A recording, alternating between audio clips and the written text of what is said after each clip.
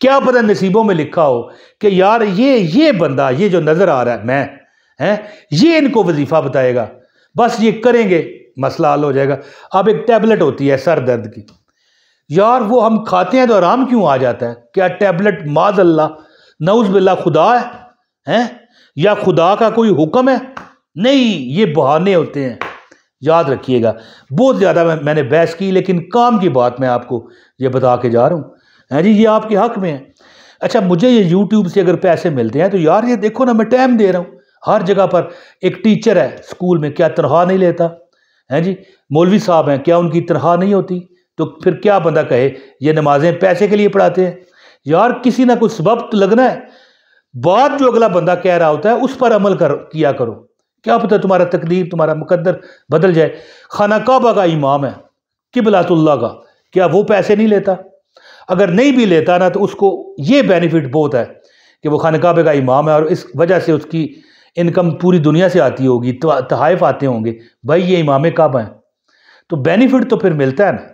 آپ بھی کام کر لو، آپ بھی یوٹیوب پر لوگوں کو کوئی نہ کوئی ویڈیو دکھاؤ، آپ کو پیسے ملیں گے، اس میں جلنے کی کون سی بات ہے؟ دوستو، سورہ کوثر کا افطاری کے ٹائم کا میں عمل آپ کو بتاتا ہوں۔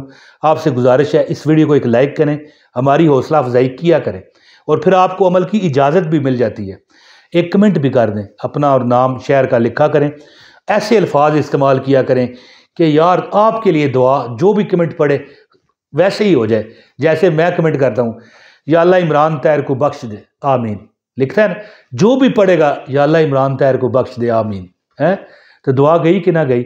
اسی طرح اپنی کوئی بھی تکلیف جو ہے کمنٹ میں لکھ دیا کرو، اللہ دیکھنا کیسے کوئی بندہ بھیجے گا آپ کو، آپ کا سبب لگانے کے لیے، وہ آمین کہے گا، آپ کا کام ہو جائے گا۔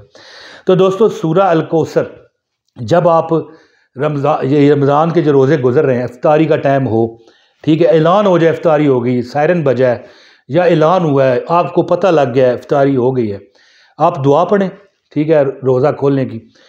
کوئی ایک چیز کر کے نہ کھا کے، یعنی روزہ آپ کا کھل گیا، اس کے بعد 33 مرتبہ 33 ٹائم بسم اللہ الرحمن الرحیم، انا اعطیناک الکوثر فصلی لربک وانحر ان شانئک ھو الابتر پڑھ کے دیکھو۔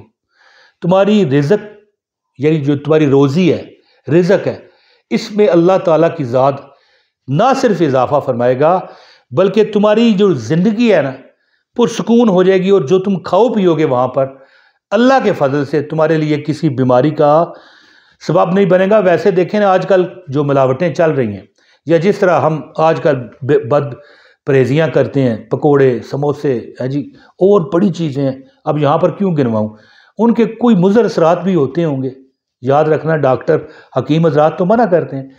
آپ 33 بار سورہ الکوثر پڑھو، انشاءاللہ تعالی تمہارا وہ دسترخوان قیامت تک قائم رہے گا۔ اس سے کیا مراد ہے کہ جب تک تم جیو گے نا، انشاءاللہ کبھی کمی رزق میں نہیں آئے گی، اور ایسے اسباب بنتے رہیں گے، ایسے اللہ تعالیٰ وسائل پیدا کرتا رہے گا، ایسے نظام تمہارے چلائے گا کہ دوسرے بھی تم سے فائدہ اور مال و دولت حاصل کریں گے، رزق حاصل کریں گے، اور آپ ایسے اللہ تعالیٰ کے سچے اور سچے بندے بن جاؤ گے اس قرآن کی صورت کی برکت سے۔ انا اعطیناک الکوثر فصلی لربک وانحر ان شانئک ھو الابتر، یہ پڑھنے کی برکت سے تمہارے جو رکے ہوئے کام ہے نا، میرا رب صدقے محمد عربی کے چلائے گا۔